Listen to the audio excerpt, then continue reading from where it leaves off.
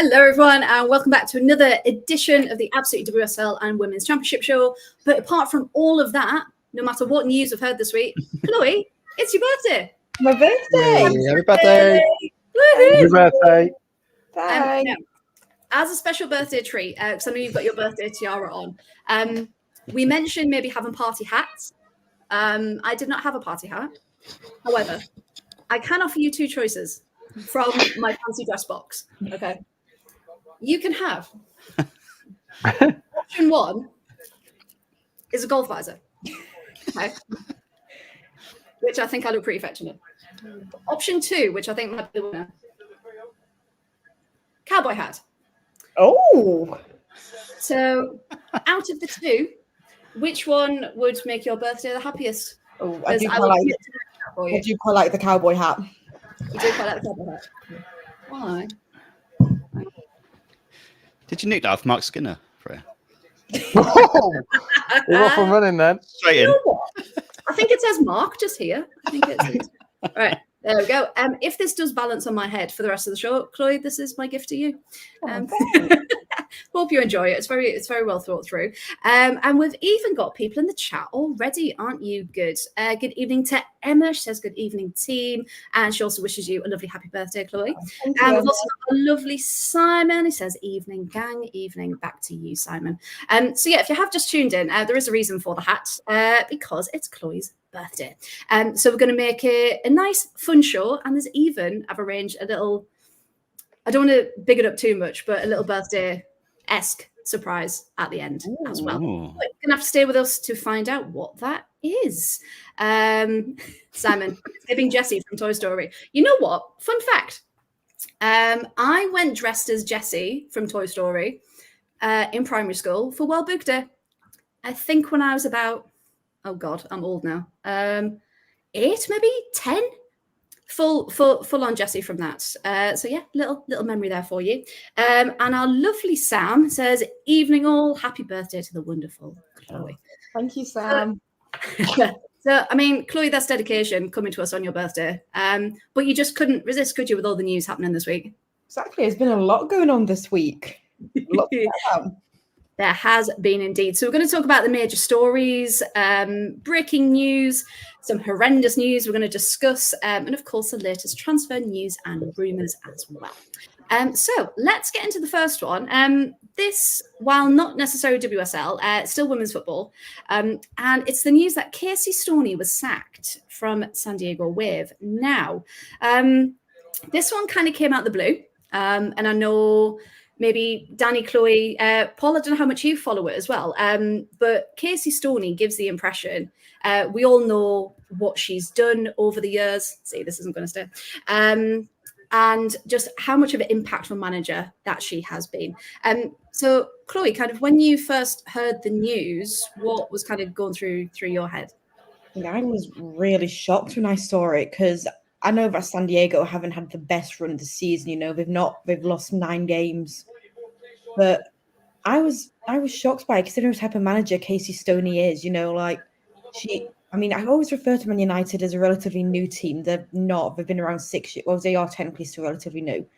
They've been around 6 years, but she brought that team like up from the ground at United, and she did an amazing job there. She brought the team up at San Diego like she was their first head coach when they became a team, and she turned them into an incredible team. And it's just really shocking because we know her as this really powerful, strong manager who creates teams, who builds teams, and just reading that, I was really shocked. Yeah, because the statement came out, and this was the exact quote. It said, "The decision to part ways was very hard and not made in haste," which means actually they've been thinking about it for quite a while, which is even more alarming. But given the ambition of this club and where we are in our season, we felt a change was necessary at this time. Danny, do you think it was the right decision? I'm always going to say no with Casey Stoney. I think I'm always going to say that's the wrong decision because I think she's someone with long-term ambitions. I think she's a manager who will produce long-term. I mean, they only won the NWSL Challenge Cup back in the summer, just before it was basically the Community Shield version of, if you think of the men's football, before the NWSL kicks off. I know they've been on a bit of a bad run of form recently, but still, you think if anybody's going to turn it around, it would be someone like Casey Stoney. So it shocked me in that sense, because you just think she's the type of person who's going to build a team. And feel like it was completely out of the blue to me. I didn't hear any murmurings of this at all. So, yeah, big shock. And that's the thing, because normally, like with managers, like there's something, isn't there? There's some smoke that you kind of hear through the grapevine, but yeah, it was absolutely nothing. Paul, what do you reckon? Would she? Because her name was mentioned when Emma Hayes announced she was leaving, and everyone said no, she's just signed a new deal. She's staying over there. She's settled her family. Like, it doesn't seem like the right move. But now that this has happened, Paul, do you reckon there's a space for her in the WSL, or would she even consider it? Or do you think America's still the right one? I reckon WSL teams will be queuing up. Like, they'd be silly not to, really, because you've got one of the most respected players in English women's football ever. And as a manager, obviously, she's done what she's done. We've already seen Man United fans already desperately hoping that it can find a way to brought her back. I mean, I will slightly take issue with the fact she built Man United from the ground up, because that's like saying Elon Musk built Twitter from the ground up, without his diamond mine. I thought you said Ellen. And I was like, who's Ellen? Yeah, I said as well. Elon. There we go. Sorry. His twin sister, Ellen. But yeah, it's like saying Elon Musk built Tesla without the help of his dad owning a diamond mine. He did have. I mean, it helps. It helps a bit. I don't think Ineos have the ambition to hire her, to be honest. I would go with she might want to come back, but I think she would not be a company woman, as it were. And she would perhaps come in and that she's like Emma Hayes. She's going to challenge the hierarchy of any club she goes to, and owners need to be open to that. And we remember, and we'll get on obviously later on to the meat of the thing, but we all remember how she was very vocal about Manchester United previously, before she left, and the questionable conditions there. So I think it wouldn't be a case of Casey Stoney selling herself to WSL teams. I think it would be a case of the WSL teams that need the owners selling the project to her. I actually think Villa could do a very good job of selling her the project. I was just thinking that, yeah. Villa, you said? Yes. Yeah. See, we saw the hope in your eyes then. Yeah. A manager? There's 3 right out without a manager at the moment: Brighton, Leicester, Villa. Is that right? Yeah. Yes. And out of those 3, you think what's a great project to get stuck into? Villa stands out, I think. I mean, nothing against the other 2 clubs, but in terms of Casey Stoney's ambitions as well, if I was Villa, I'd be going for it. I'd be going right in there. I think as well, Brighton owners might look at her and go, Brighton haven't exactly had the best history with managers, but I don't think they like being challenged. I don't think they like big personalities as managers necessarily, because they've come out and talked a lot about how they've invested in this, new performance center and all of this sort of thing.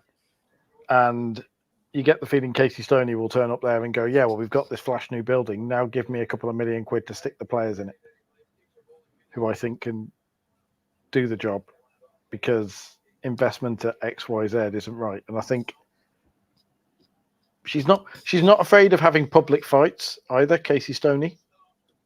Like, I mean that in the nicest possible way, not as a disruptive personality, but she will speak to people and she will say in media and stuff like that. If she was asked, if she was Man United manager, she would call out all of this straight off. If she was Villa manager, she'd call stuff out. So, that's what you get with her. It sells it even more, doesn't it? Can you imagine Casey Stoney on one side of the touchline, Mark Skinner on the other next season? Come on. Now that I would, yeah. In fact, give me the pitch. I'll go. I'll go sell. I'll go sell that. Look what you could have won, United. But instead, look what you've got. But yeah, exactly what Truth said. Should never come back with the Glazers still there. Yeah, there's a lot of toxicity within United at the moment, and again, we're going to talk about it in a moment. But yeah, like you said, she needs somewhere that she will feel that she can put a stamp on it, and she can really make a difference. Like get stuck in, get her teeth into it, and go look with the right people, the right investment. This is what you can do in women's football, and not just treat them like they're a second team. Which brings us nicely onto the scandalous news of the week, which came through the lovely Tom Gary, and everyone kind of did a double take when this came out and kind of went, sorry, what? So this is the news then that Manchester United, the men's facilities are being refurbished. And so what they've done, they've said to the women's team, right, okay, the men are going to have priority over your facilities. We're going to put you lot in a porta cabin for the rest of the season. So it's not even like at school, you'd get work done during the 6 weeks, wouldn't you? And then you'd come back and there'd be a whole new building or whatever. No, it's going to take the entire season. So, Danny, considering kind of United is, known worldwide, isn't it? It's a brand, it's a name, and Mark Skinner goes on a lot about, what United means and what United is. What kind of message does that give to not only anyone who supports or is involved in women's football, but the rest of the world as well? What message is that sending out? All the wrong ones. I think this is pathetic for Man United. This is just ridiculous. What kind of message it sends to anybody, like you said, anybody involved in the game, anybody who sees Man United and look at this. And he's already said, hasn't he, as well, something about, we've got to resolve the first team issues first. And Yeah. like what is already, before this happened, is already shoved them to one side and go, right, you're clearly not the first team where you are, because this is arguably more of a successful team than the men's team at the moment. We can argue that, but it just sends completely the wrong message to everybody. The players, I can't imagine what the players are going through, seeing this and hearing this and being like, right, because the men need this facility, you've got to get shoved out and you're going into a porta cabin. Who wants to go train? I mean, surely with all of his money and all of his contacts or whatever he's got, this billions of pounds that he's got, he can come up with a better solution than this for the men's team to move somewhere. Because this is one of the pools, right? The what was it, 10 million, this women's academy building on the Carrington's, it's on Carrington, isn't it? Last summer it was a 10 million state-of-the-art women's and academy building opened on the same site. And like for them now to be like, right, you're going into a porta cabin, it hasn't sat well with me at all. I just think it's ridiculous, absolutely ridiculous. No, so it is. I mean, what the men should have done when they heard it is go, no, we'll go into the porta cabins. That's not fair. Or we'll share it equally, not this is ours now. You can kind of come in when we're done. So a few more details on that then. So it said, it is understood portable buildings will house everyday zones such as changing rooms, team meeting rooms, office spaces, and communal areas for the women's players and staff. But they're going to still use the same pitches and canteen as before. So essentially everything that they do, their analysis, their everything is going to be in the porta cabins. It's not just like they've made it into a clickbait thing where actually they're only moving out for an hour or two a week. It's the whole thing. It's mad. Look at, like, we'll come on to potential signings later on, I think, or one potential signing. But when they come to visit, when they go in to meet the manager, to meet Mark Skinner, that's going to put people off anyway. But apart from that, move on. You move on. You get past the Mark Skinner stage of your interview or your potential, like, looking at Man United day, and then you get to like, well, where are we going to train them, Mark? Oh, over here. Okay, great. Where are we going to get changed? Oh, over there. Little porta cabin in the corner. Well, what's that saying to you? Like, it's so where we're meeting, that window on the left. So where we're getting the one next to it. I mean, we laugh, but it's outrageous. It really is. It's ridiculous. Awful, absolutely awful. Yeah, because again, the women's teams, we know they've suffered for years with appalling changing rooms and just lack of facilities, lack of standards. And they finally had this £10 million state-of-the-art building, and they've gone, oh, you like that, did you? No, see you later, back in the corner. So the next little bit was, where's it gone? Yeah. So Chloe, what do you think about this one? United are understood to have considered a wide range of options for where to house the women's department for the coming season, and concluded that the women's team being able to stay at Carrington and use the pitches there was preferable to relocating them to a different site where the quality of the training pitches and fitness and nutrition facilities would not have been as high. So apparently they've really thought about it, Chloe. Do you think it was the right decision? No. But so it generally just baffles me. It makes no sense how we think that having them in porta cabins is the right decision. I mean, the pitches are probably really good, let's be real, but the conditions off the pitch are not. Like, they're expected to just go to these porta cabins to eat, to rest, to listen to meetings. But how big are these porta cabins? Are they like the actual big, like, tank ones, or are they going to be the tiny little ones that... Well, I'm thinking of like the school ones that everyone was like, oh yeah, we've got a porta cabin for like a couple of weeks, but they've been there for 30 years. Like, they're the cabins I'm thinking about. Like, they're going to be awful. Like, Yeah. they're just not suitable. I think they should have moved the women to a different ground, because I'm pretty sure there's plenty of places in Manchester that they could go, you know, like, that have decent facilities that they need, like just the basic care that they need, and you'd expect them to have as professional footballers. But it's just, like Danny said, it's just absolutely ridiculous. Because having a base is like a place of belonging, isn't it? It's a place of identity. It's a bit like when you move a lot, or if you travel a lot for work and you're constantly living out of a suitcase, you feel like you can't put roots down anywhere. You can't make it home. You can't make it your environment. So even if they had a different base that was still close to it, then they could still use the pitcher, still use, that facility if that's what they were worried about. But actually, the rest of it could come from maybe another facility. Now, Paul, hello. I'm going to hand over to you. What was your reaction when you heard this news, and kind of what do you think United are playing at? Because it's not moving in the same direction as everyone else, is it? No. They must be getting PR advice from the Conservative government at this point. Like, they've got the same PR firm, because it was the double whammy of it. It was the interview with Jim Radcliffe, where he basically completely contradicted his manager. Now, normally you need a whole salt mine to take with whatever Mark Skinner says, but in this case, he's at least going to have some idea of what's going on.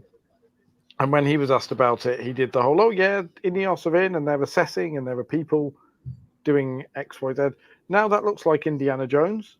You know the bit at the end of Indiana Jones and I think the Temple of Doom, where the Holy Grail gets taken away somewhere, and they're like, we have top men on it, and Indy goes, who? Top men. And then it's just this warehouse stuck in the arse end of nowhere. That is Jim Radcliffe with the women's team. Man United are in the back of that warehouse somewhere, like somewhere below, I don't know, indicator lenses for the Land Rover Defender ripoff that he's making. It's kind of like he just, and it's somewhere shoved out the corner, unlabeled, very much like, there you go. Yeah, Still. like you can just imagine meetings where Mark Skinner comes and sorry, who are you? Oh yeah, I remember you. Right, okay, yes, we knew who you were. Honest, right? Let's talk about Leslie Russo. We've sold her. Right, okay. It's that level of casualness. Yeah, that was bad enough. And we haven't really looked at anything yet. Was bad enough. But then you've got the double whammy of Mary Earps finally disappearing, and that saga coming to an end. Although she's overplayed her hand, and that's a year too late. But that's a completely separate discussion. We'll talk about that. Don't worry. and then this comes out, and it just looks like they do not give a flying whatever. It's there's more chance of the Old Trafford roof being fixed. It's just What, and get rid of the highest waterfall in England? No, that's a cultural landmark now. that is, I think, what they're doing. Imagine if that comes out. It's like they could have invested, but decided it was better spent on fixing the roof at Old Trafford. And then they cancelled. They cancelled awards nights. They've not even given the women an end of season party or any sort of celebration. Mm-mm. It's just like a level of incompetence that you can't really fathom on a team that big. And if it was a men's team, the level, the backlash would be absolutely vitriolic. But because it's Man United women, everyone else is just kind of going, you've got Man United fans going, oh, why wouldn't we? They take money from the men's team. And you just look at it and go, it's just a sad state of affairs all round. He didn't go to the FA Cup final either, did he, Radcliffe? No, he did not. That was the first sign. I think that something was right. He went to the men's game instead. Yeah, just a random men's game that didn't mean anything, did it? It was just another game in the league. Well, I was talking. I had I've mentioned my boss before as a Man United fan. I mentioned him on the Absolute Football Premier League, and I asked him about that, and he said, I can kind of understand it because for Man United, it doesn't matter how bad a season they're having. The big games at Old Trafford are Liverpool because of the rivalry, the Manchester derby, and Arsenal. That's the one where all the great and the good come out and schmooze. So, and he was trying to impress Keir Starmer as well. Getting his contacts in with potentially the new government. So that you can see, but it was the fact that there was no Ineos representative whatsoever. That was the thing that really rankled with me, and that we're not going to the cup final. And we're starting to see it. Lucia Garcia is gone. You've got talk that Katie Zalem has gone, sod it, I'm off. I was going to say, hey, now we're going to talk about that in transfer news. Come on. I'm training it, you see. It's just dropping the seeds in, anticipating it. But yeah, the ones that are your long-term club lifers, essentially, the fact that they've now turned around and gone, I need to get out, or allegedly rumoured that they need to go. I think the thing will be if Ella Toone goes, then that's something very, very wrong. That wouldn't surprise me this summer. I think there are people on the phone to her. I think Leslie Russo is just, although I don't know where Ella Toone would fit in an Arsenal team because she plays in a crowded position there. But I certainly think there will be people in Ella Toone's ear immediately going, really? Come on, Ella. At some point, you've got to be practical about this. Why are you staying? Because even people who've left have all gone, it's so good to be in a club where I'm listened to, I'm respected, I'm supported, I'm getting the playing time. Apologies for anyone hearing my dog having zoomies in the background, by the way. That's what that noise is. So yeah, it's just very much a club that's losing, just like I'm losing my hat, losing its identity and losing fans. The amount of people that are going, what is this club? This is my club and I love it, but actually, should I even get a season ticket next year?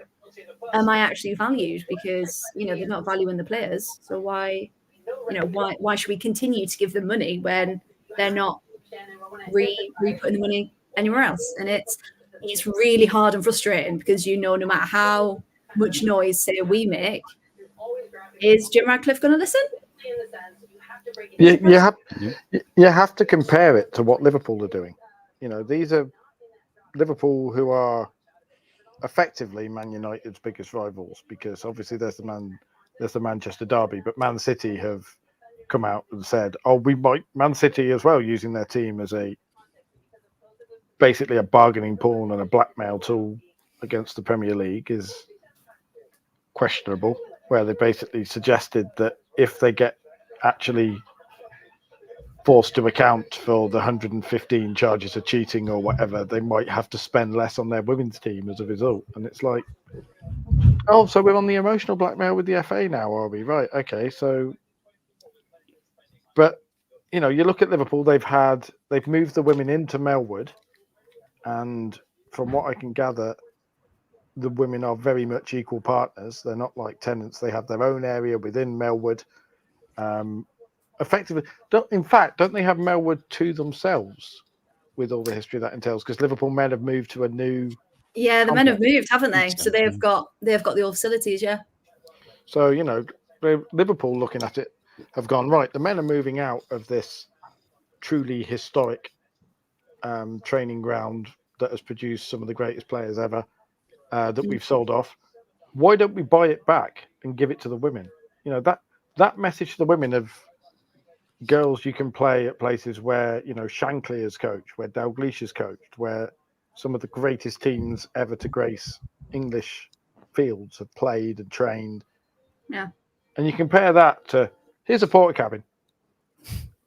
You know, You it's can an be on the idea. same site as all of these legends. However, you're not you actually cannot on the same share side. the workspace. It's like very much in a museum where you can kind of look but not touch. It's like you can get this close, but we can't get any further. Chloe, I do apologise. That hat just wasn't doing us any favours. So I've had to retire it, but I will put it back on for the finale. Don't you worry. Now, again, in the chat, thank you very, very much for everyone who is joining in. As Simon says, the women's team shouldn't have to suffer just because the men had a not so good season. Yeah, absolutely right. I'll do our own thing. It's fun. Joe's even said, good evening, Joe. So Jim definitely isn't a sport of the women. He'll move the women's team backwards instead of forwards. Yeah, I can see that happening. Because, of course, United were disbanded, weren't they? And were only reformed recently. And you just think, is this the path that's going on again? Hopefully it won't get to that stage. And hopefully the FA or Newco, whoever they may be, someone will step in and maybe somehow change it if that was the path. But yeah, it's not the way we've all said women's football is growing, women's football is getting better, and the majority of clubs are. They're putting the investment in, they're adding staff. Like I said about Portsmouth women last week, they've gone full time, they've added extra staff, they've got like women's welfare officer, head of women's football. Like they're really going for it in this season. And then you get people like United who do have the money and they've got the resources and they're just not using it. So yeah, very selfish, very, very shocking behaviour. And we hope that hopefully there's a U-turn somewhere along those lines, because like we said, when we're going to talk about some transfer rumours, it's certainly not the place to be. I'm going to go with Matthew because I can just see in the chat, he's a man after my own heart. I was debating whether to do that, you know, I can legit see Man United in a relegation battle because I was like, is that a step too far because of the players they've still got? But no disrespect to the likes of Fallon Tullis-Joyce or Melvie Millard or, you know, Katie Zillem or Ella Toon, but I can certainly see them doing a Chelsea men, like just the absolute drop, or the Leeds, possibly a Leeds men, just a genuinely. Put it down. Well, to be fair though, so the players we know, because they're professionals, they'll still be playing for each other, won't they? But yeah, if morale's low, if confidence is low, then yeah, why wouldn't that have a knock-on effect? I mean, I hope it doesn't, and I hope they can still, you know, come back and fight. But yeah, it's a possibility, isn't it? It can definitely happen. I think if that last game against Chelsea is anything to go by, playing like that the day after your manager has been announced staying for another year, that strikes me. And now all the players leaving, there are ways to get managers sacked, as we know, and we've seen it happen in the men's game all the time. And I wonder at the point with Man United as a team and the body language around Skinner, where they've kind of sat there and gone, you know, they're not. It's not so much that they're like, let's get him sacked, but they're now in the situation of, well, if we don't play well, then do we benefit in the long run? Do we want to be here? Do we want to give our all for this team that doesn't care about us? Do we want to give our all about the team? Because we've seen, it has the same vibe for me as Coventry City, because Simon mentioned Simon's Coventry good City in the ladies. team, in the team. And the thing that shocked me about them, Coventry City ladies were decent. They were never near, the top tier, but they were decent Midlands team, and they certainly had the possibility of getting up towards perhaps second tier level. They could easily be a second tier team now. Coventry City could have taken over Coventry United as well, but the commercial director of Coventry City at the time, a Kiwi called Tynan Scope, who was one of the worst goalies I've ever seen, but somehow managed to get the commercial manager job, actually openly said it's not our responsibility to fund a women's team in about 2017, 18. So only a couple of years ago. This was when everything was on the rise. That's mad. And Jim Radcliffe is almost giving that same kind of vibe. It's like, oh, well, they're there, so we kind of have to. But managed decline, I think, is the political term for it. It's very much they're already there. Go on then. Like, I'll give them something now and again, maybe to keep them quiet, but it's not something he's interested in at all. And I just think, how does it get to that point? And then you've got to look at, what is Skinner doing for the team? Is he someone who's going to stand up and argue? No.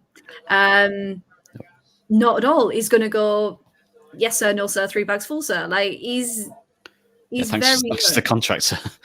Yeah. He's a company man. There was someone in the chat further up who said Mark Skinner is Ineos's puppet. And that might be a bit much. I wouldn't go that far, but the politest way of putting it would be he knows which side his bread is buttered on, and he knows who pays him. Yeah. I am interested in what his role in all of this is going to be, like what the conversations were like between Jim Radcliffe and Mark Skinner in terms of this training ground stuff, and where Mark Skinner, what he did say, or how he came across in that meeting, or when he found out, was he like, oh, okay, whatever, yeah, fine, or did he push back or anything a little bit like that? It's because that's a really interesting place to be, and a really powerful position to be in, as the manager of your football team, and someone who's looking after the welfare and, let's face it, mental health as well of this group of women. Yeah. You're in a position there where you can push back and like, we're not having it. Look, this is not. You're in a position now where you could be a leader and you could stand up. But obviously, it's quite new stuff and new story coming out, so something might come out about it. But I just wonder what his position was on it, and I wonder whether we'll get asked it in the coming weeks. I mean, you compare it to, like you say, Casey Stoney or Carla Ward or Emma Hayes, or even someone like Robert Villaham. Yeah. The thing with someone like Villaham, and the wording probably would be a lot subtler or more careful, because he strikes me as someone who weighs every single word, whereas Carla Ward just shoots from the hip, as does Emma Hayes. Yeah, but the best way. but you still get the feeling. Yeah, it's interesting you say that, Danny, because I wonder if there is an issue where the players don't feel that he's got their best interests at heart, even though he might have, and even though he might, we're not saying he mistreats players, or that it's a unsafe environment for them or anything like that. Obviously, he may well have all of that, but in terms of going that extra mile to stand up for them, and listen to their concerns. Yeah, like an ignorance almost. Like, yeah, I'll turn up, I'll do the job. Like a bare minimum. Like, not going the extra mile, not working above and beyond. It's very much, okay, well, this is what it says in my job description. I'll do that. Okay. Because I could be completely making this up, correct us, but didn't Skinner say that really doesn't really have anything to do with contracts? And did I read that? Yeah, that's all the director of football and all sorts of things, which, in fairness to him, may well be the way clubs operate, because a lot of clubs operate that way now, where managers are just told right, okay, tell us a position you want. Oh, I want a left back. Right, here's your new left back. Like, oh, okay, Yeah. give us a list of 5 left backs. Okay, here you go. Right, we've got you this one. This is the one we could get. Deal with it. Rather than him being the person who actively recruits them. And again, that we might be seeing the effects of that model in some way, but he just seems insulated from the players. Yeah, because we've seen it with, well, how many players he's got on the bench and didn't play it at all. He had Adriana Leon and Kirsty Hansen on the bench. They weren't getting minutes. And look, they've gone to a different club. They've absolutely shone. And that, just 2 examples off the top of my head. Martha Thomas, for example. And you just think, if you're getting these players, but you have no inclination or interest in learning how to use them, then surely there's a breakdown in that model somewhere, right? If the manager's not that type of manager to go, oh, I've been given this person, let me make it work, rather than just going, don't really know how to use you, bench. Like there seems that disconnect between, I think, the club and how he is it, maybe. I actually think that the best thing Man United could do at this point is hire a player's coach, like sign a coach and say, listen, this is the way the system works. Your main responsibility is the players that you are given.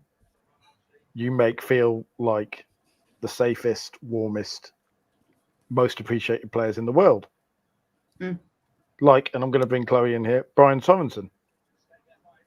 The way he talks about his players, the way he deals with everything with no money and in the restraints that he's given, because I'd imagine that he's told no more often than he's told yes by the Everton board, and said, he can go and say, right, okay, he's like, oh, I've got 5 left backs I want. Well, you've not got a chance of any of those.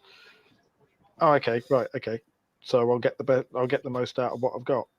And it just interests me that you have players, coaches, and you have company men, and the company men don't win titles.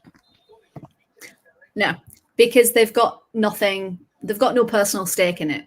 They've got nothing to fight for. There's nothing there keeping them going. Whereas you see the difference with, like Brian Sorensen, like Carla Ward, like Emma Hayes, like everyone else really. They wear their heart on their sleeve for a reason, because they care so much. And that's what, especially a game that's growing, that's what we need.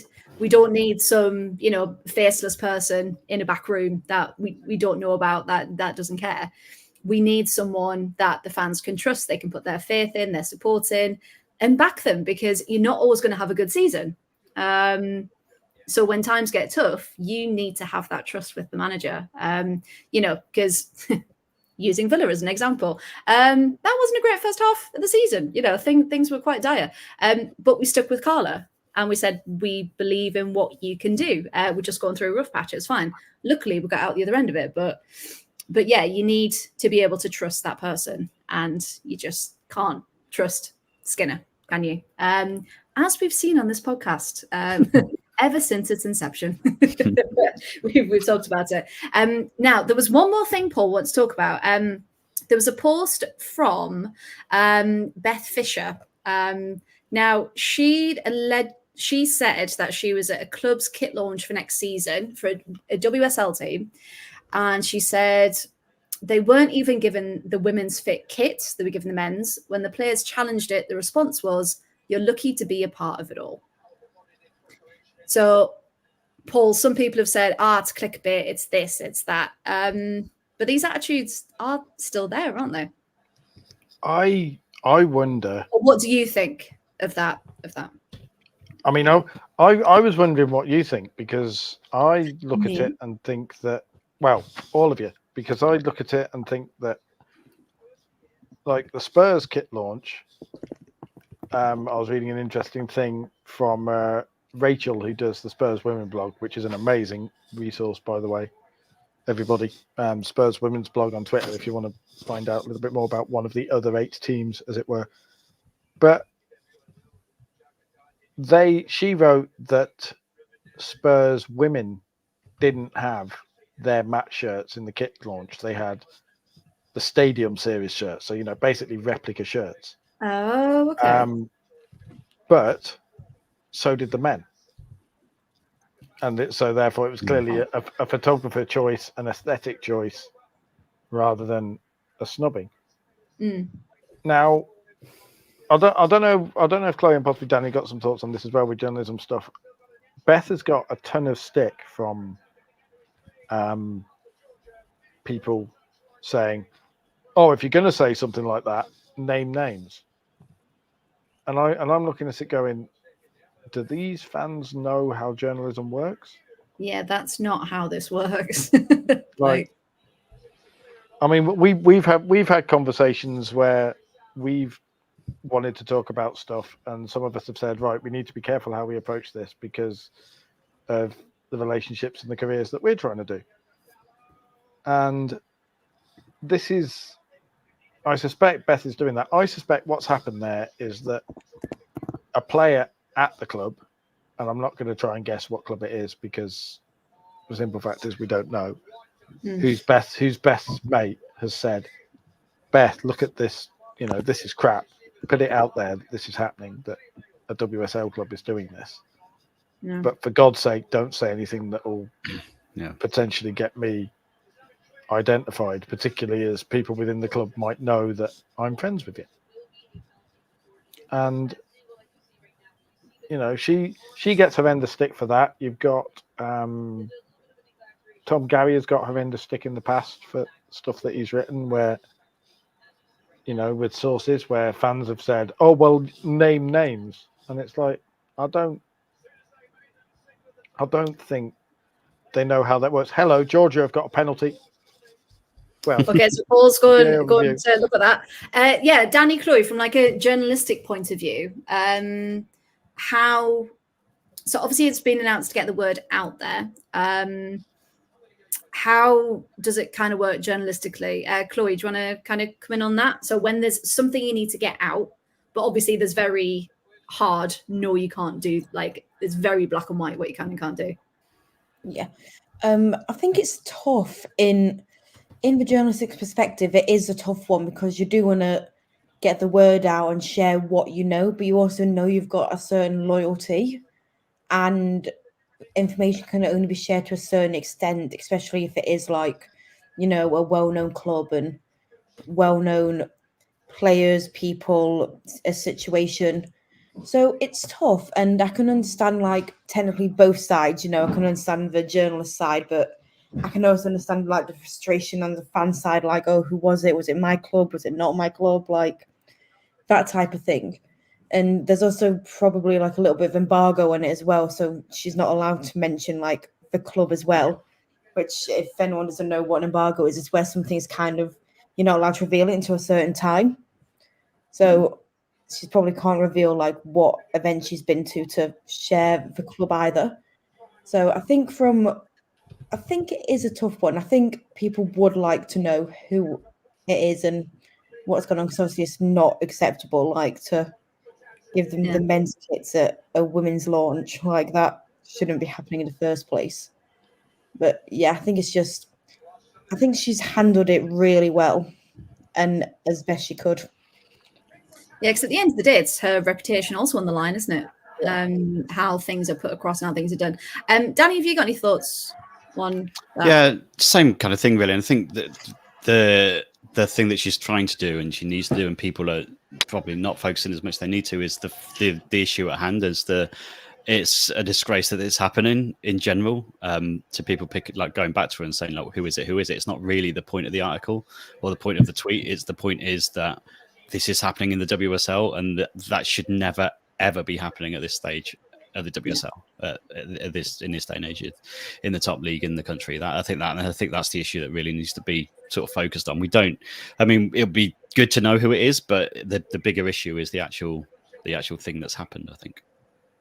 Yeah, because that's the thing. Because, is it actually someone from the club? Or was it a photographer? Was it someone who was staging it? Was it, so who was it involved in having that opinion and that thought? And if it is someone on the outside, then don't work with them again. Kind of make a point of you don't align with our values. And if it is the club itself, then again, need to reassess and think, okay, well, if this is someone internal, then we've got some internal issues.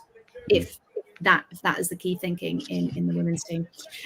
Simon's just put in the chat 2-0 Georgia. Very Great penalty. Georgia the penalty. Georgios Mikatadze. There you go. There's a name. There's a name for you. And Kvicha Kvaratskhelia has scored the first one. You see. You've been practicing. That's my audition for when we do our here is how you pronounce all the names properly. Yeah. That you've suggested. But the thing I was going to say as well, because I, without mentioning the team in question, have actually been on the end of a situation where I commentated on a certain team, and I believed, and in fact, everyone else believed that I commentated on them fairly and cleanly. But apparently, I revealed something that I've been told was public knowledge that supposedly was less public knowledge.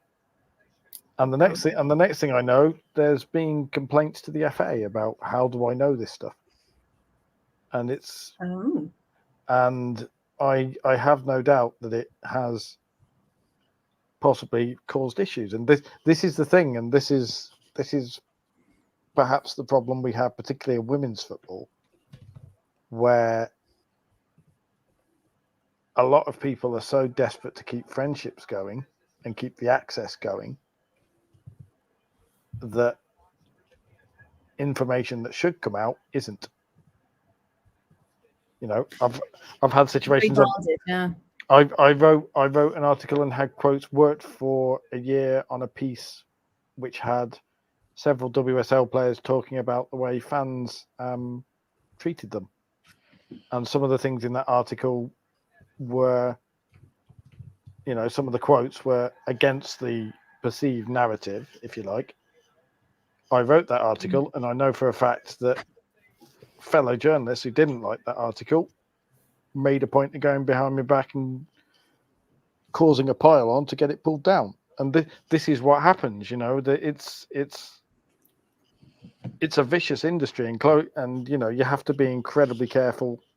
And I think that's what's happening with Beth. And I think a lot of the criticism, they don't realise the nuances of it, and and that's the tricky bit. And it's the same with like transfer stuff as well, because people are saying, oh, why do people say, oh, why don't people reveal every little thing about transfers? It's like, because these are legal documents going on. These are negotiations, and they could get jeopardized and could cost people considerable amount of money, and then you're not going to get told stuff, and that effectively. Well, that's the thing. It's not just a case of I want her, lovely, sign on the dotted line, done.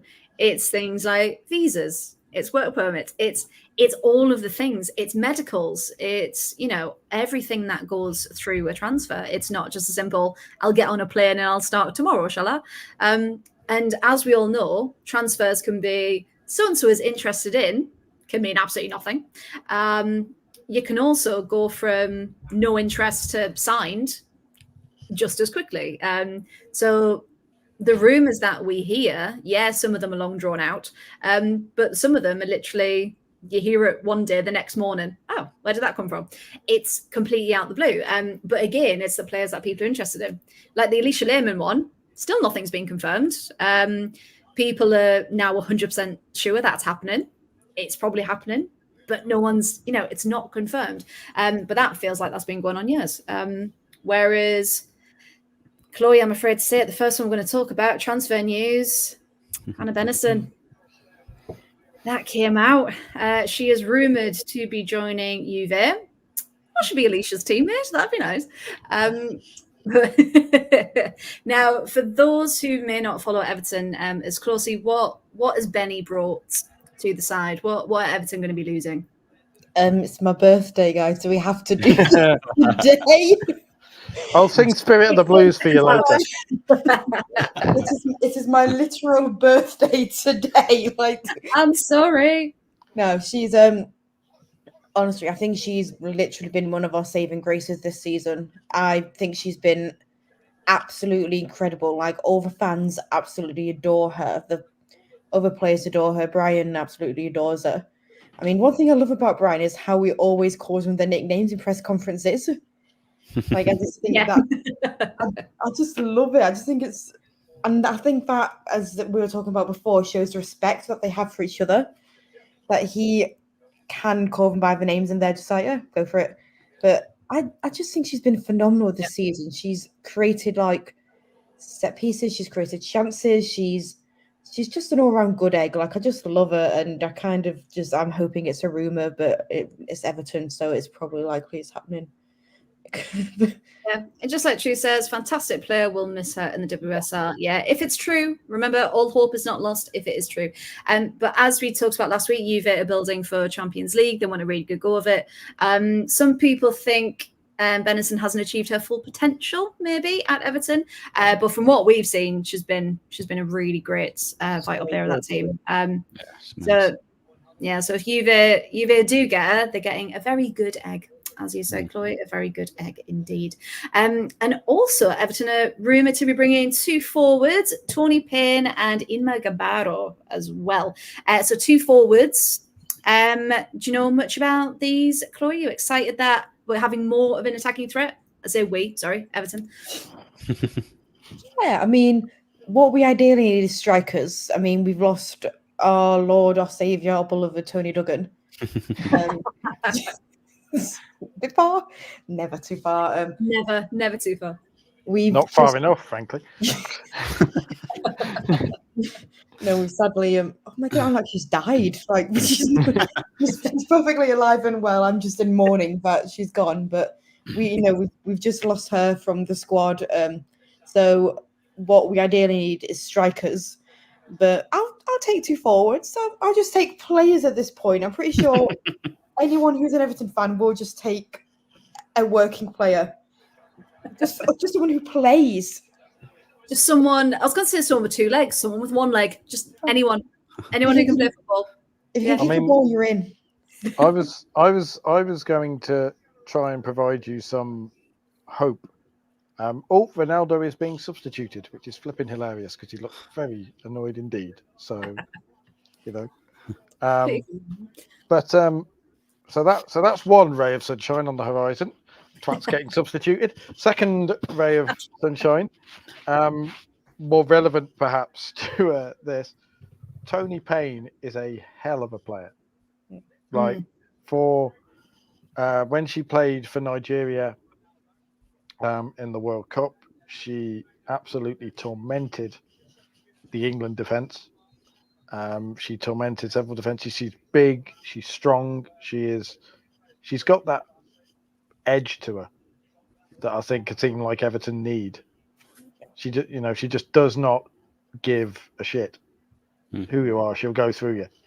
And like, I think when you're a team like Everton, that's the type of player you need. That's the type of player perhaps Everton fans love. I'm not perhaps so sure about like fan culture with Everton, but you always get the feeling with Merseyside teams that they love someone who can stick a tackle in. Oh yeah. And do it properly. Yeah. And do it properly. And Tony Payne will do that. She will also will she be the first Nigerian to play in the WSL? Was it Oshwala hasn't played in the WSL, has she? See, there you go. There's one. There we go. All right.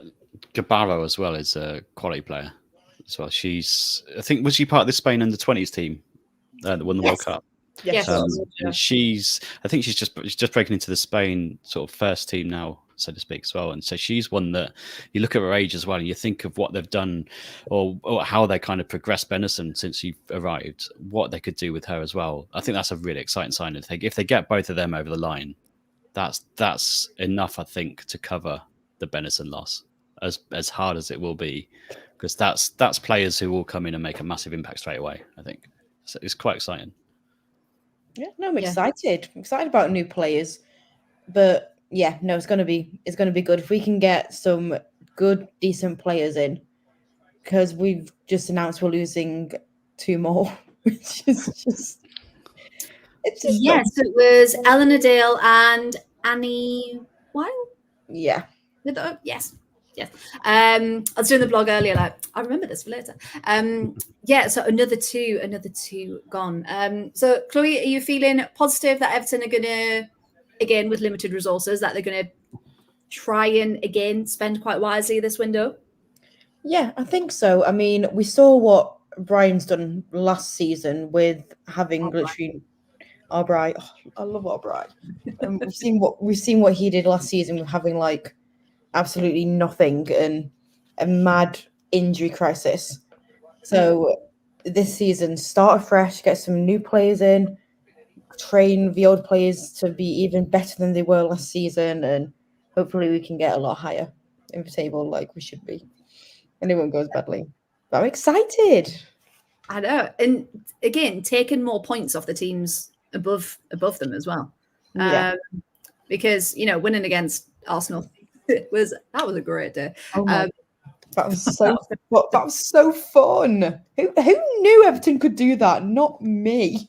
But again, to have the belief that it can happen, like that belief is a glorious thing. Like when you're not a Chelsea or Arsenal supporter, or a City supporter, where it doesn't happen every week, when it does, it feels so good. Truths helped us out there. Oshwala, of course, was at Arsenal as well. So Oshwala was the first. It also had Ashley Plumtree as well. She plays for Nigeria. Her grandfather was Nigerian. But hey, Tony Payne can be added to a very, very good list of Nigerian players that have been in the WSL. We'll talk about all the United ones together as a clump so we don't get lost. So we'll move on to that in a second. I will say, though, Emma Koivisto, who we were all shocked as leaving Liverpool, has signed a deal, a 2-year deal to join AC Milan, another Italian club. Danny, what do you think that says about Serie A this next season? Yeah, it's getting interesting, isn't it, with Juve making moves as well. Feels like they're really sort of going out there to make a point of going and getting some of the best players in the world, and trying to bolster the entire league. That'll help the national team as well, I would assume. So yeah, fair play to them. They seem to be really, really pushing it this summer. Yeah, I'm going to be even more glued to Serie A next season, I think, because I've got some very, very good names. Paul, you'll be happy. Amanda Nielsen has signed her new contract, keeping her at Spurs. Are you happy? She is a heck of a player.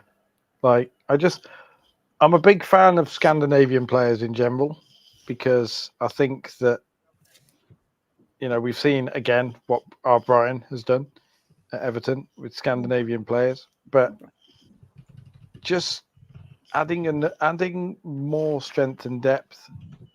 And Spurs, it's a statement of intent early on, because obviously Nielsen was on loan and they could have easily either lost her or just said, no, they can go back to a Champions League team.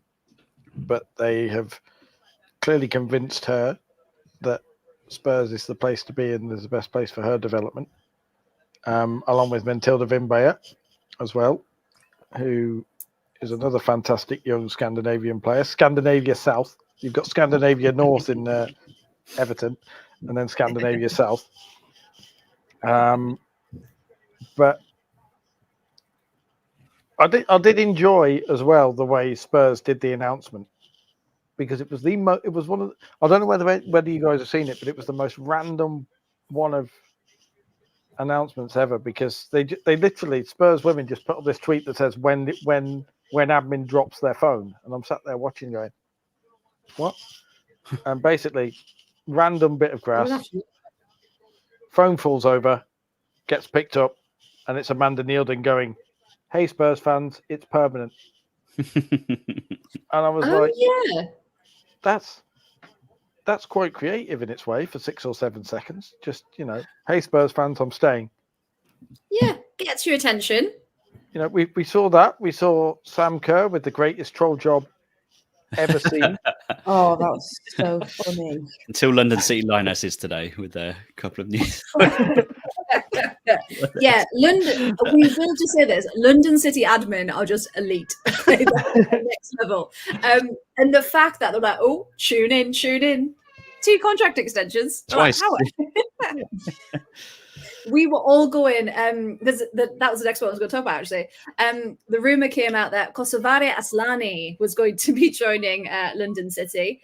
And we were kind of talking about, well, money talks. Is that what the league's going to be now? If you've got the money to bring in players. And we all kind of went, London City. No offense, London, but what?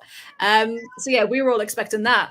And then we got 2 contract extensions, which, I mean, we're not mad about. Quite happy that they're both staying, but we're just expecting a bit more, to be honest. I don't know what you're so surprised about, though, with Aslani signing for London City, because clearly it is every European child's dream and every international dream to eventually play in front of a massive wooden man and nothing else, like at the London City Stadium. Mark Skinner.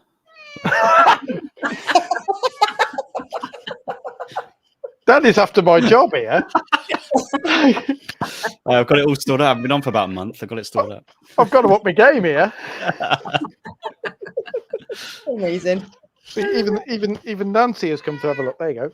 Come on, Sorry, Nancy. Nancy. Yeah, she is. There we go. That's it. Sam said, sound like Nancy's joined it. Obligatory Nancy visit.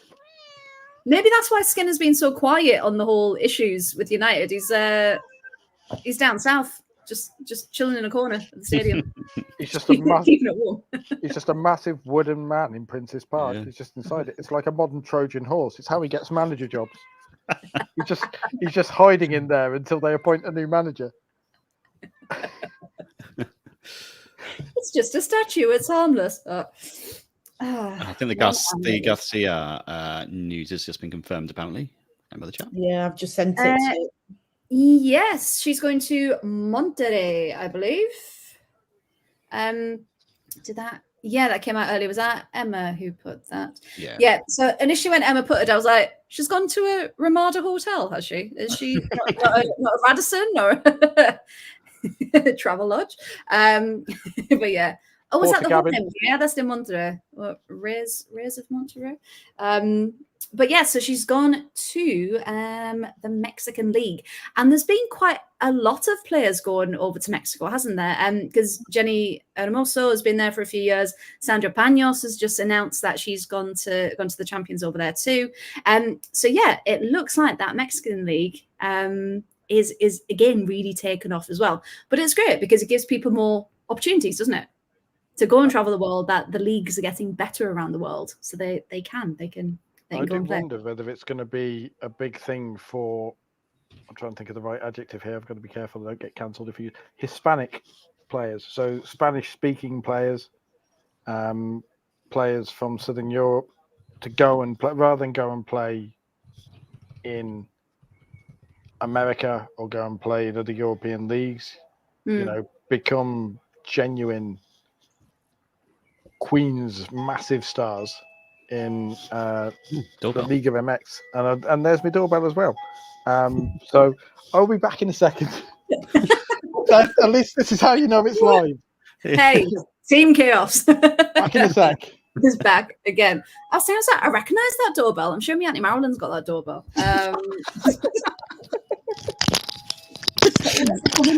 That haunted by the doorbell. Auntie Marilyn and Paul never seen in the same room together. Oh god, if you knew what my Auntie Marilyn looked like as well, just kind of it's a bit like in Harry Potter where Neville imagines Professor Snape in his grandmother's clothes. It's very That's what I'm thinking about right now. Now, yes. So let's talk about, we've talked about everyone else, haven't we? So all of the United contingent then. So we first heard rumours that Nikita Paris was offered to go to the NWSL earlier on, wasn't it? Before, it sounds like Paul's eating pat of crisp.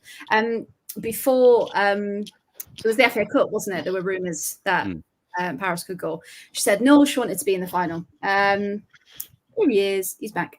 Sorry about that. No worries. So Nikita Paris had rumours she was going. There was also a rumour, again, we love Wednesdays because all the news seems to drop on a Wednesday, which we love.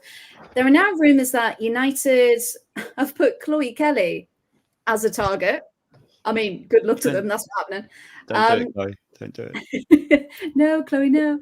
And also Elizabeth Turland as well from Brighton. Apparently, and according to Emma Sanders as well, it's close to being done. Now, Liz, if you're listening to this, don't do it. Don't do it. Run. Don't sign on the dotted line. But it comes back to our earlier conversation, isn't it? Danny, what do you reckon that United are saying to get players through the door? Because if you've got Nikita Paris going, if you've got Katie Zellum apparently looking elsewhere, Captain Katie Zellum, who she played every minute, didn't she, last season? Like, it's not someone who's on the bench not getting minutes. This is like a vital cog in the machine. No, machine. Yeah, you've got these key players going. And of course, Mary Earps, which we'll probably talk about her separately. But yeah, what can United say to get players through the door? Because it's not looking good, is it? What can Mark Skinner won't be here for long. Can we do the negotiation at your house? Don't come to the training ground. Don't look at the porta cabin. Don't read the newspapers. That kind of thing, I think. And then that'll be fine. Yeah. But don't come to the porta cabin in the woods. Just... Did I once refer? Do you remember when I referred to Mark Skinner as like the Iraqi press officer on the Second Gulf War? I remember that. Do you reckon that they've just hired 2 or 3 of those? Yeah. Like, but there's like a backdrop with a fancy green field and fancy posh porta cabins that they just kind of push along. Yeah. like scene changing. Yeah. Just on a roller to make them look like they're moving. Yeah. Getting further along. But in all seriousness, how has Liz Turland, who vital for Brighton, was getting minutes, what could be, because obviously we don't know, it's not official, but Danny, what do you think she thinks she'll be getting by going to United? I think if it's true and if it's in her head, she's probably is seeing the club Man United as the kind of bigger appeal than Brighton. I guess as a team, it might not work out that way this year or this season, but that's the only thing I can think of. A little bit of pay upgrade, maybe. I don't know. More exposure, potentially winning trophies, things like that. But I'm warning you against it because I don't want it to happen. I want to stay at Brighton and keep developing there because she's had a great season, and I'd hate to see her get swallowed up by the machine and never to be seen again. And that's the thing, is she gonna go in and actually start, or is she going to be another? You go in, time to adapt. Hasn't adjusted yet, and we never see her, or she goes on loan, or she, all of these things. Again, in the chat, she could have easily gone to a WSL club. Maybe I don't know. I wouldn't say maybe one of the big ones, but definitely one of those mid-tier, maybe like Bran, Hacken, maybe ones that are definitely on the up. They still need quality to keep going, possibly. But yeah, she still needs that right environment, doesn't she? Because we were all talking about her last season because we knew her quality and what she was contributing, but no one else was really talking about her because she wasn't in the top 3, top 4 teams. So possibly that exposure. I can definitely see that.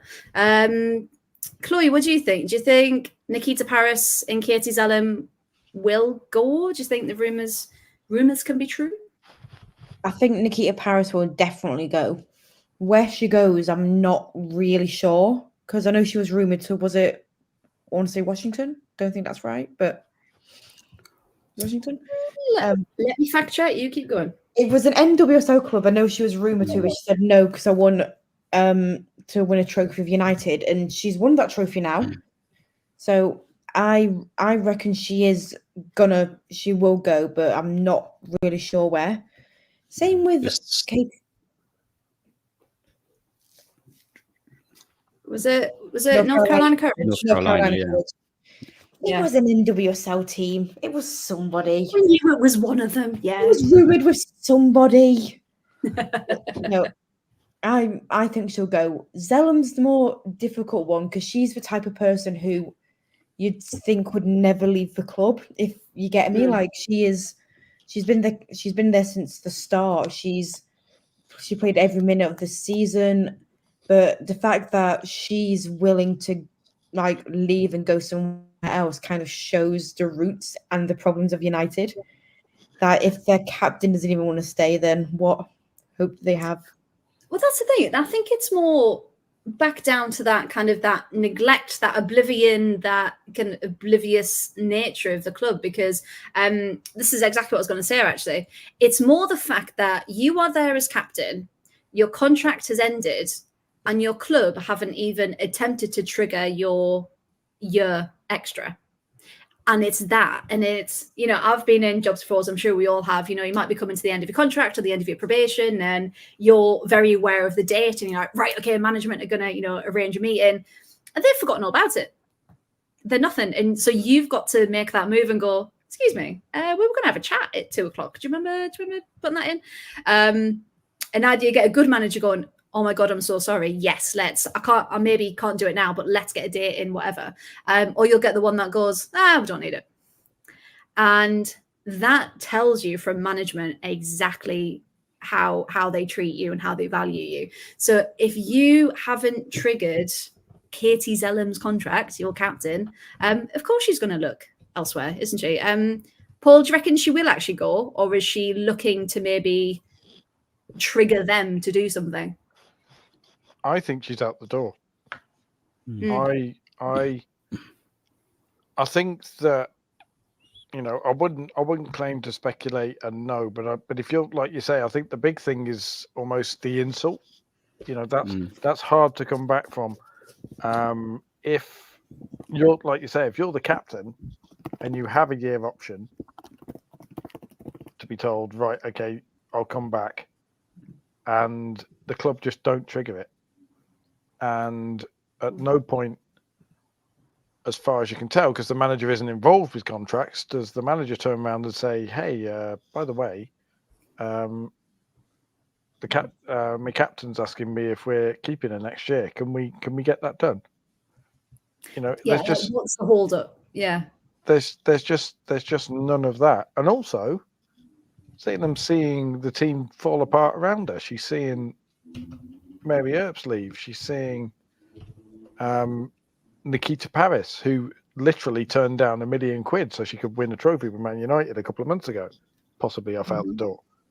She's seeing Lucia Garcia quietly shepherded out the door.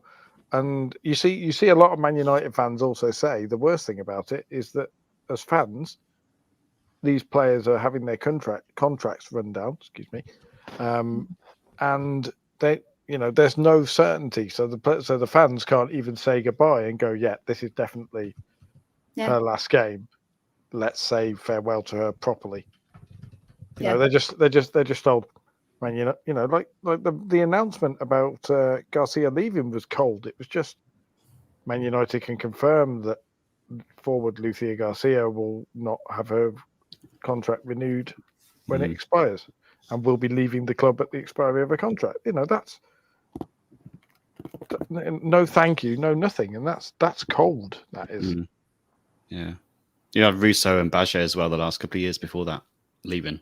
Yeah. As well. It's not a recent thing. It's gone over the last couple of seasons, isn't it? And the big thing is they're losing all these players on freeze. Yeah. Exactly. Because they're not doing anything with them. And I think it was said somewhere, I can't remember the quote, so someone can, if they know it, but it says something, oh, well, the women's team's not profitable.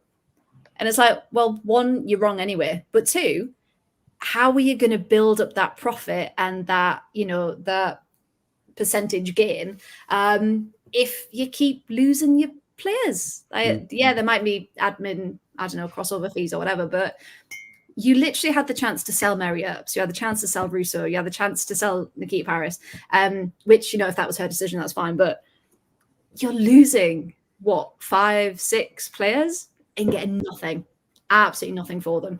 And you think, as a business, if they're so concerned with, you know, the first team, they're losing all this money on the women. So how...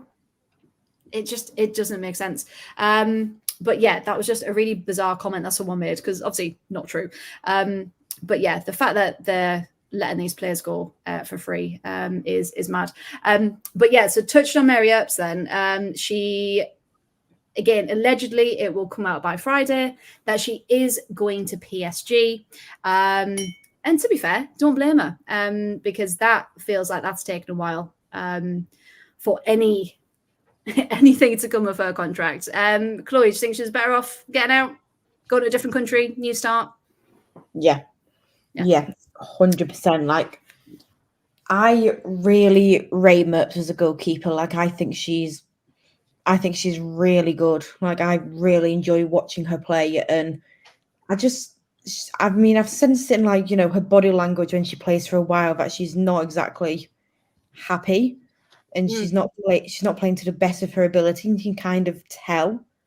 And I think this will be really good for her. You know, new start, new team, new language. Like, we've seen in the past with, like, you know, Lucy Bronze and Kira Walsh going abroad, like how well that has done for, like, both of their games. Yeah. So and now Ellie Roebuck, you know, signing for Barcelona, like, that's going to take her to a whole new level. So yeah, I'm all for this move for her. I think it's going to do her really good. I think she's going to develop some new skills. She's going to be an even better player than she was before, and I'm really excited. I'm going to start watching PSG now. Some French football. We're going to have about 10 screens at this point. Do it. Division 1. It's going to be mad. In fact, we'll just keep expanding the pod, so we do like the Premier League and the Lower League on a night, just all of the results from the weekend's football. Take that. Give one person a country. You want yes. Correspondent. Yeah. Hey, that's not a bad idea, actually. Let us know in the chat if you'd like to see that. But yeah, so there's been some mad names, mad transfers. And apparently, if she does go, she'll be the highest paid goalkeeper in women's football. Allegedly. Again, another allegedly. But fair play to her. Yeah. Leave United, leave the toxicness behind, and get somewhere that appreciates you. Absolutely. So the last little bit of news before we get into the super fun extra birthday surprise. Emma Hayes has released her roster for the women's national team. And Alex Morgan isn't in the squad for the first time since 2008. That is a mad start, that is mental. Like, Chloe, you would have been 8 when she was, like, the first time she was in a tournament. Like, that's mad, isn't it? Kind of comparing it in Chloe years. That's our new time frame now. We're going to talk about it for you. Claire said, Paul, looks like you've got a unicorn. It is. Cute. This is because I share my bed with my partner and her love of cuddly toys. She collects them. It's comfy. And they all sit on the bed like. There you go. Wow! I mean, that's impressive. That's. Some of them are presents I bought her, so you know I look at it that way. But that's the that's the level of unicorns. Josh knows the unicorn. Claire, ask Josh about the unicorn. You say, Danny, who was your little visitor there? You muted. Good. Sorry, that was Iris. She's just paid me a visit. Wanted to say goodnight to you all. So there you go. Nice, thank you for paying us a visit. We love it. Right. So no Alex Morgan, and Emma Hayes has also released a statement defending Corbin Albert as well. We won't go into it now, but yeah, if you are interested in that, please do check it out. Saying that she's essentially a young player who's learned a lot, and they've essentially said, you know, this isn't a place for discrimination. It's a place of acceptance and tolerance and blah blah blah. So she is defending her and her choice in that sense. Simon said, "No, please don't ask Josh about the unicorn. Please don't do it." Don't ask him about rocking horses. If you know, you know. Not the rocking horses. I was scarred joining in. I was like, I'll just pop on, see what they're talking about. Yeah. If anyone wants to know what we're talking about, go back and listen to the end of Monday, sure. Yeah, Joe's absolutely right, though. The Olympic squad is limited. It is indeed. And I feel like the writing is on the wall for Morgan's international career moving forward. Yeah, we're seeing a massive change, aren't we? In all international squads, older players are being phased out. And those faces, they're going to have to start living without them, aren't they? And I'm sure it will be taken in its usual calm, rational fashion of women's football Twitter and fans of... There are certain players who have, like, cults around them, and Alex Morgan is one of them. And, like... Yeah. Emma Hayes isn't one to take someone for the nostalgia, though, is she? Nope. No. She is perfectly happy to be the villain, and I think that's what she's doing with Alex Morgan here. She's like, yeah sorry, Alex, you're done. You know, we want to win tournaments. Yeah, source love. Absolutely. So if you are interested on the Corbyn Albert statement, that is on Twitter somewhere at some point if you're interested. Now we're on to a fun thing, and I'm going to put my fun hat back on. Hang on. Okay. Now, I feel like I need a banjo. To start the show, I did attempt to wear this for the whole thing, but I kept falling off. So, in honor of our lovely Chloe's birthday, I feel incredibly old because I did double check with her that she was born in the year 2000. So I was. me, Danny, and Paul are just going to go cry in the corner now. I was doing my GCSEs when she was born. That's the Euro 2000 exam leave. Watching England being rubbish. How things have not changed. So in honor of Chloe's birthday, can you all get either a pen and paper or your phone to make or for some answers somewhere where you can record an answer? Oh God, it's scary. Welcome to the Chloe's birthday quiz. Oh sugar. I couldn't think of another theme tune, so I just did the Strictly one. So there you go, Chloe. Spirit of the Blues.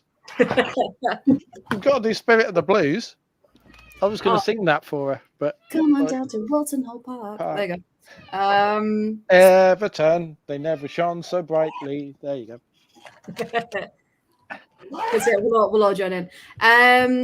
Emma, leave. And two of these questions from the year 2000. You're absolutely right. These are questions on the year 2000. Busted. Answer one. Yeah. Year 3000. Oh yeah, of course it was. Yeah. I'll pulp then. I'll go pulp.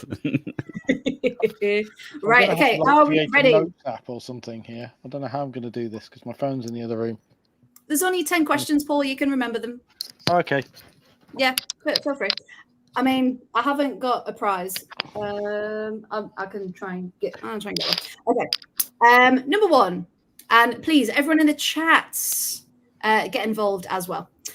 What song was at the top of the charts this week in June 2000? So which song was at the top of the charts this week when Chloe was born?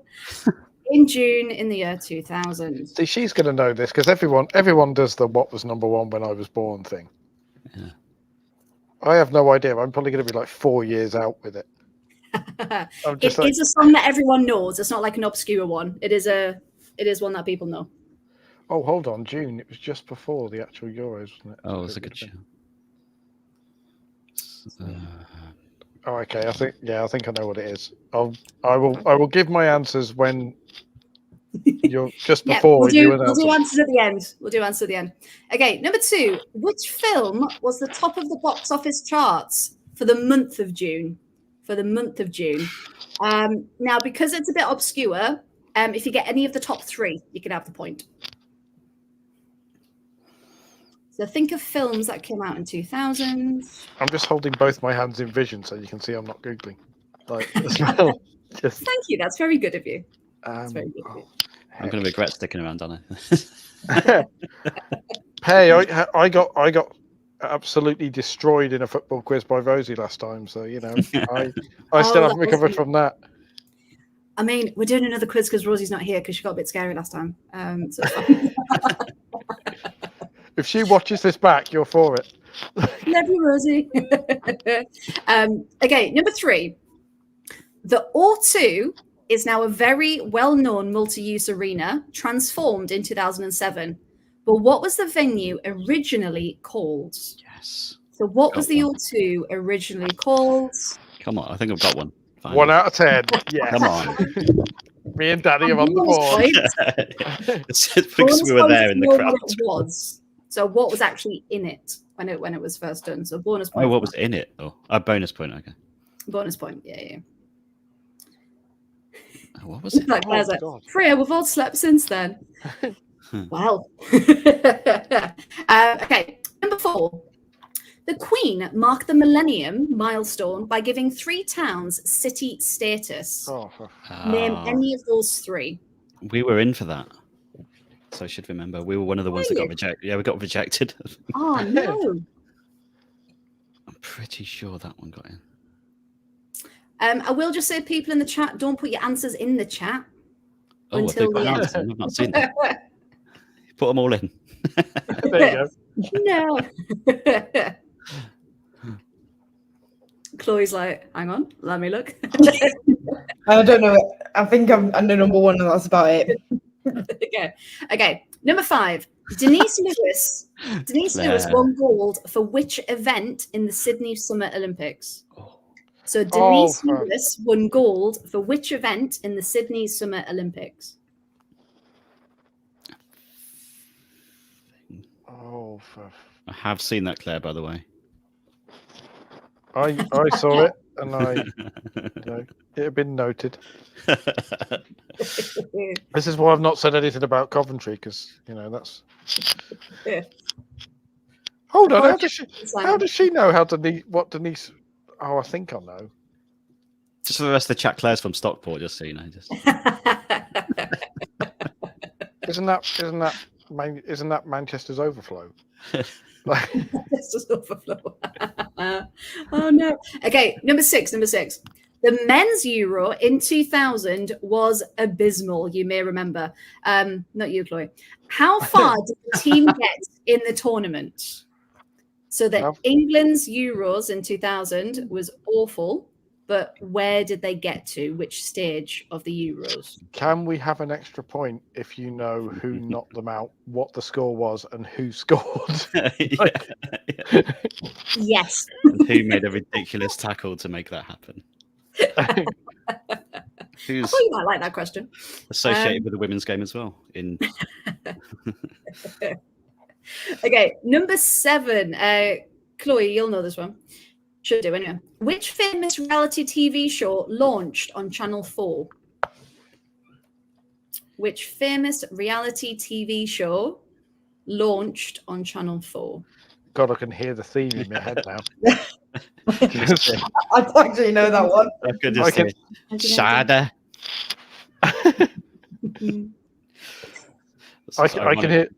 I can hear the announcement myself. I can hear the voice. The famous announcement, yeah. The famous announcement. I'm writing down on post-it notes as well at the moment. Okay, so that was number 7. Number 8. Which female won Wimbledon women's singles in 2000? Which household name, so you will know, which household name won the women's singles at Wimbledon in 2000? Oh, bollocks. It was a household name. It wasn't Jana Novotná. That's what I thought it was. Okay. Okay. No, they haven't been playing that long, surely. That was exactly my mindset. There you go. Great minds think alike, you see. Okay, number 9. Who was voted world's sexiest woman in 2000? Who was voted world's sexiest woman in 2000? So you'd think as someone who was a 16-year-old boy in 2000, I'd know this. The Worlds was this? Or? World's sexiest woman in 2000. Was that the official award or the FHM award? It This is was the level of technicality we're at here. well, Lab Claire's giving Mags spoiler forever. alert. Spoiler alert, not me from Claire. Claire, you were down as my first answer. I've got to change that now. Okay, last question. Who won the FA Women's Premier League in the 99 to 2000 season? Who won the Women's Premier League in the 99 to 2000 season? I mean, if in doubt, there's a fairly obvious one here from that era, but I bet it's like an obscure one. I will give you a clue. Yes. Oh,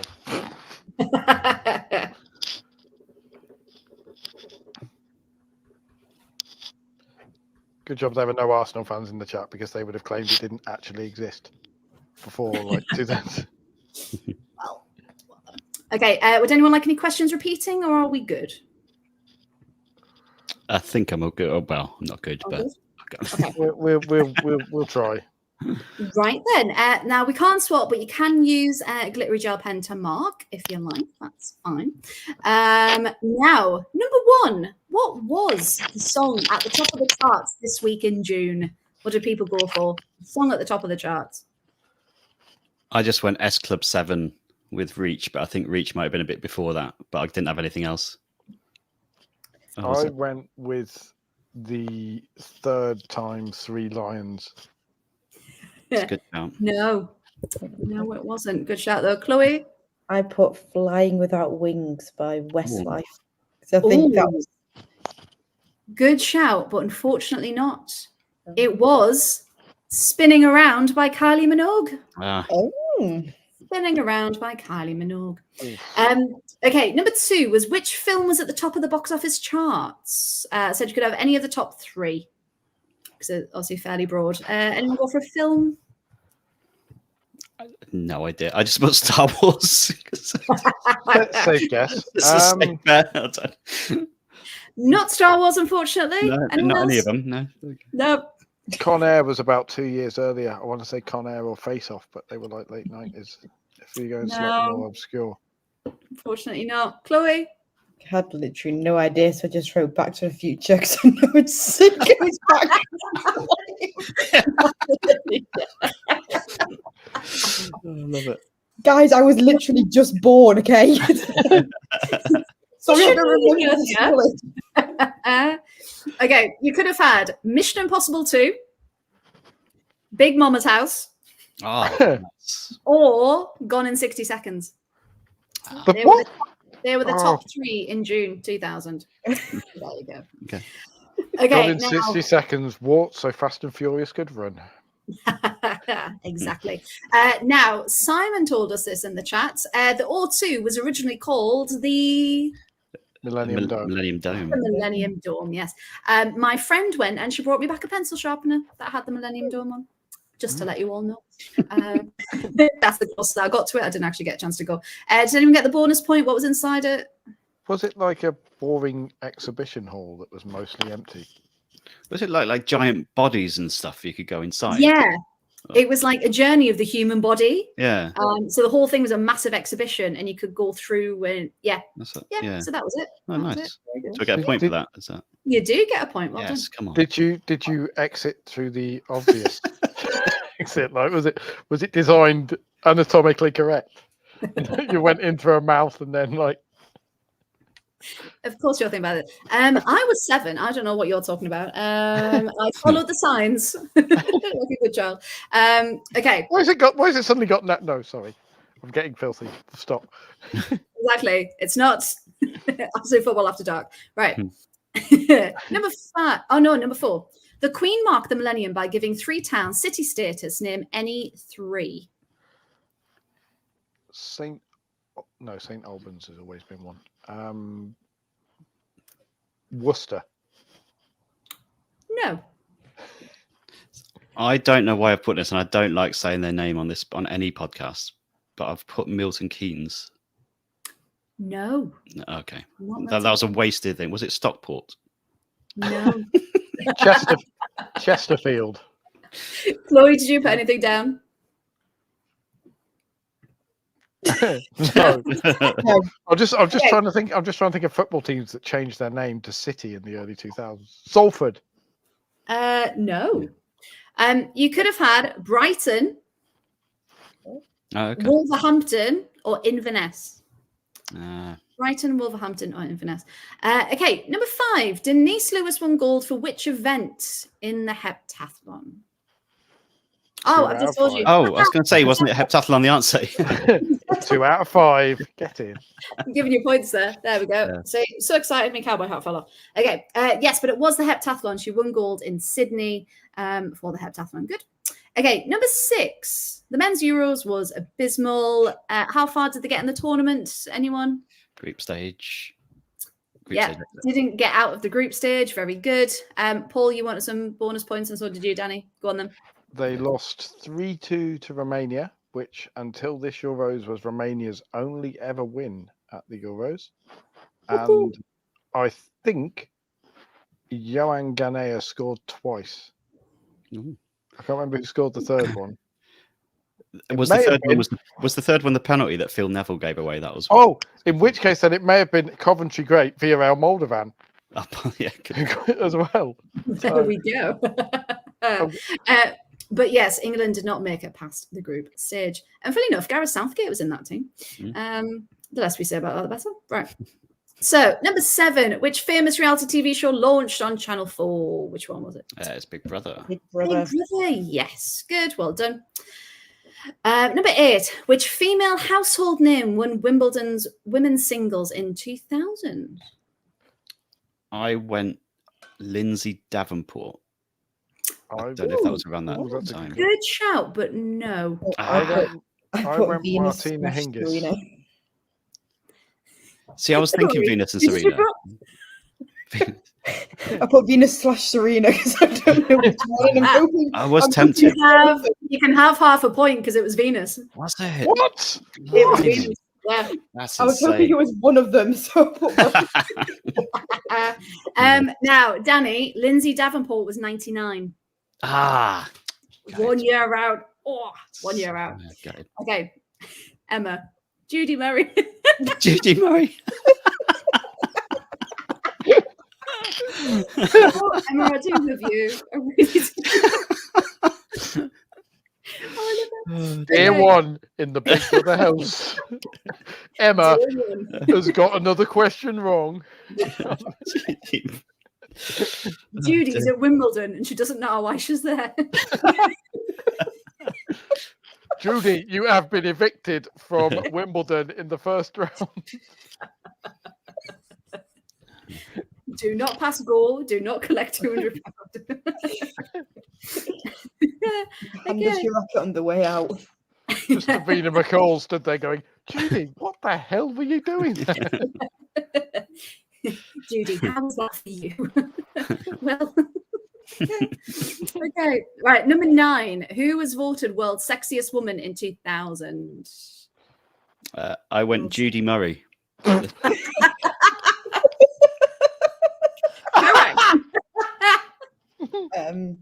I didn't. My very, very serious answer was Carol Vorderman. Hey, she won Rare of the Year twice. She can win sexiest woman as well. Come on, Carol. Vaguely serious answer because of the amount of time I used to spend in 16-year-old boy desperately trying to take a peek at the mag. Was it Anna Kournikova? Or was that too late? It wasn't. No, it wasn't Anna Kournikova. Chloe's like, who's that? Who is that? Oh, I mean, again, insight into our lives maybe too much. Rachel Stevens, I went for. Oh yes. Oh, that's a belter of a shout. Oh, that's a really good shout. Not 2000. It was Jennifer Lopez. Okay. Jennifer Lopez. Yeah. And she won it 2000 and 2001. So the dark times of the It's a difficult title to defend. But she did it. She did it with grace. Just like Carol Vorderman's Rare of the Year award. So nice. 2 from the bottom, please, Carol.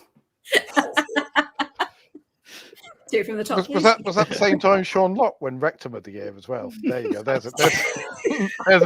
a comedy reference for you. Oh, what an award! If you've ever seen 8 out of 10 Cats, just make sure you're on YouTube so you get safe thing. But just Google Sean Locke Rectum of the Year. It's the funniest minute and a half I've ever seen in my life. I'm pretty sure Mark Skinner's just won Arse of the Year as well. Oh, hey! There we go. Hey.